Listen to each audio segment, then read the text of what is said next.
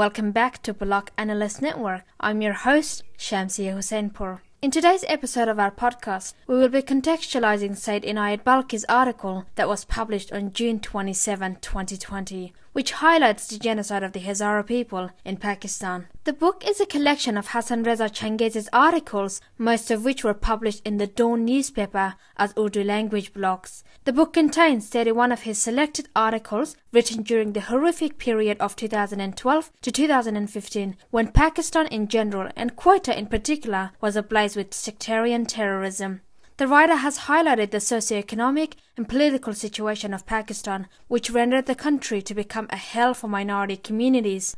The writer has expressed his disdain for human rights abuses of all ethnic and religious communities. He condemns extrajudicial killings and dumping of the mutilated bodies of Baluch activists in Baluchistan, killings and forced conversion of young Hindu girls by fanatics, merciless massacres of Shia, Ahmadi and Christian communities in Pakistan. However, the writer seems to be deeply affected by the prevailing environment of terror in his own neighborhood.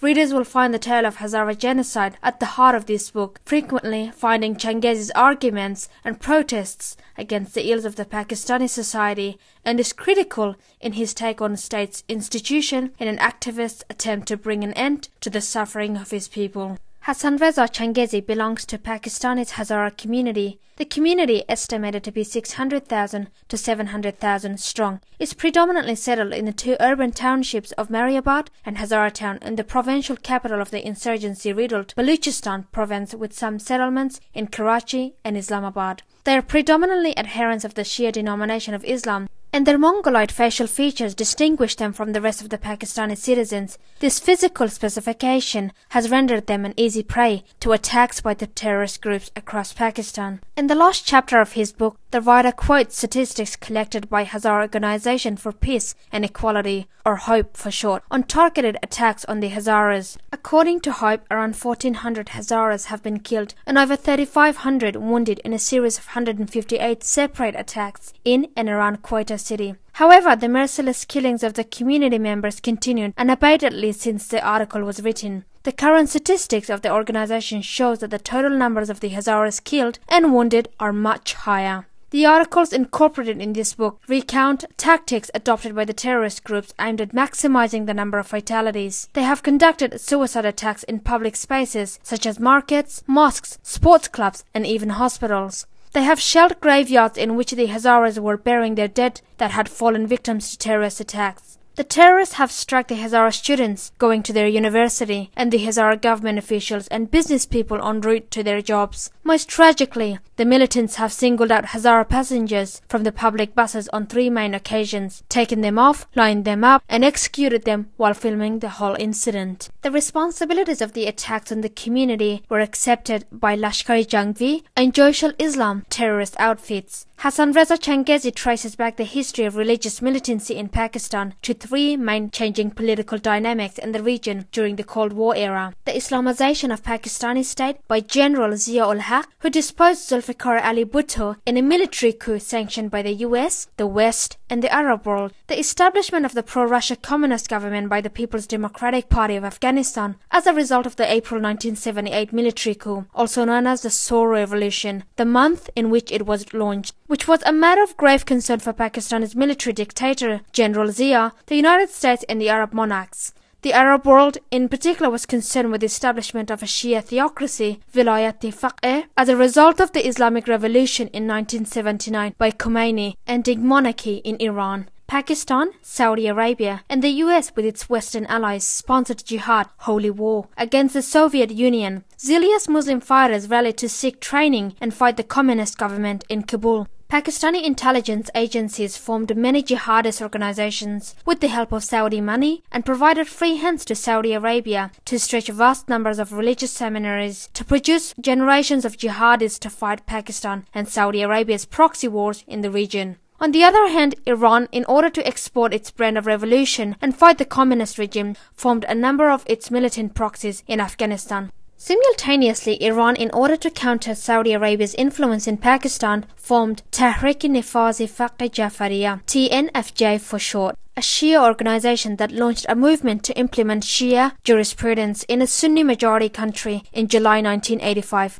The nationwide protest on July 6, 1985 marked the first show of power by TNFJ, which alarmed Pakistani's military dictator and his Arab allies. General Zia-ul-Haq crushed the movement, but the event proved to be a turning point in the history of sectarian militancy in Pakistan. Within days, Sipahi-Sahaba Pakistan, SSP for short, came into being with tangible support of Saudi Arabia. Both TNFJ and SSP commenced sectarian conflict by targeting each other's top leadership. Allama Ehsan Elahi Zahir was the first victim of sectarian killings. He was said to be from Ahli Hadith cult, who was killed in a bomb blast in 1987. He was known for his stance against other groups in Sunni Islam and the Ahmadiyya, and particularly against the Shias, who he considered to be infidels. In retaliation, SSP killed Arif Hossain al-Hussaini in Peshawar in February 1988. Later, we witnessed the killings of people on sectarian ground across the Punjab, Sindh and KPK province of Pakistan, which engulfed the lives of many individuals from different walks of life, including some top professionals.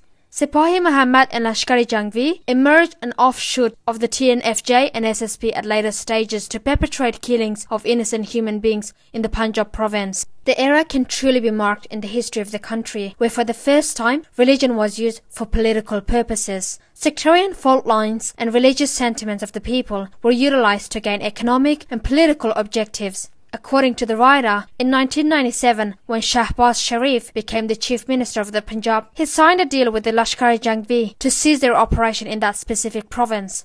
The number of sectarian incidents were greatly reduced in the Punjab, but sectarian violence started in Baluchistan and other parts of Pakistan. Hazara provincial minister Sardar Nisar Ali, his guard and his driver became the first victims of sectarian attack in 1999. A Punjab-based Lashkar-e-Jangvi, LEJ for short, operative was involved in this attack, who had travelled from the Punjab to execute this operation. Since then, LEJ has claimed responsibility for the bulk of the attacks against the Hazaras. Taking a glance at the statistics collected by Hope, it can be concluded that attacks on Hazaras were reinforced in the wake of toppling down of the Taliban government by the USA, an international coalition coupled with the rise of Baluch insurgency in 2003. On one hand, the region became a safe sanctuary for global terrorists who fled from Afghanistan, and on the other hand, Pakistani establishment set free terrorists to wreak havoc on sectarian grounds to counter Baluch insurgency. Altogether, these policies jeopardized the very existence of Hazara community and other religious minorities in the province. Key leaders of LEJ, Osman Safiullah Kurd and Shafiq Rind, who were captured and sentenced to death by a counter-terrorist tribunal on November 8, 2003 in Quetta, managed to escape from a high-security prison in 2008. It is worth highlighting that entry to and exit from that prison is not possible without a special security pass. The writer does not ignore the role of pro-Iran Shia sectarian organizations that, with the tacit support of Pakistani establishment, left no stone unturned in perpetuating sectarian hatred by mobilizing people to attend protests and rallies sanctioned by Iran.